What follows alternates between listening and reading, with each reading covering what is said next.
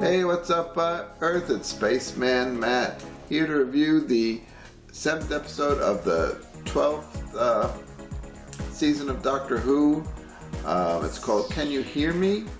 It features the Doctor and her companions separated. The Doctor leaves her companions in present-day Earth to visit home while she investigates some strange goings-on in 12th century Syria, where a werewolf-like entity is preying upon the residents of the city of Aleppo. Also, there's this mysterious-looking guy dressed in black who appears in the TARDIS, and he turns out to be this godlike entity. So again, it turns out that these godlike entities, one's called Zelen and one's called Rakaya. Rakaya reaches out to Graham, and he sees that she's trapped somewhere, and for a little fan service they bring up the Celestial Toymaker and the Eternals, who are also bored with creation, and their different coping mechanisms are that the Toymaker has his games, the Eternals have their competitions, and Zelen and Rakaya shoot the breeze in eternity by subjugating others to nightmares. So that's how they have fun and pass the time. Rakaya appears to like she's the victim of Zelen, but the truth is that the two alien races that they had subjugated managed to trap Rakaya, and Zelen could not get her out, so they tricked the Doctor into releasing her. The Doctor has to then figure out how to contain them. She manages to return them both to the trap that Rakaya was held prisoner in. To keep them company, they have the large werewolf-like monster from the 12th century Syria in that cozy little cell that Rakaya was trapped in.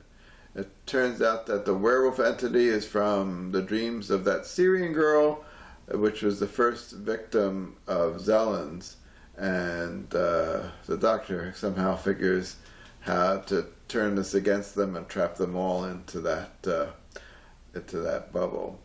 Again, I feel I would have preferred to have seen the return of the Celestial Toymaker and the Eternals as opposed to these two, but perhaps there could be a future episode where they all get together and the Doctor has to deal with a bunch of godlike entities all at once.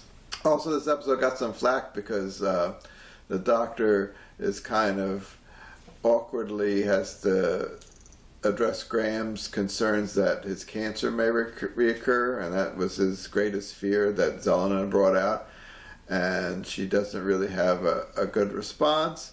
But I think that's to show an example of how when things are a little awkward and you don't have a straightforward response for somebody, you can say, you know, I don't have an answer for you right now, but at some point I'll think about it and I'll come up with the right thing to say, which is true. I mean, I think a lot of people have said, well, you know, Graham, I guess the cancer could return, but we're here with you.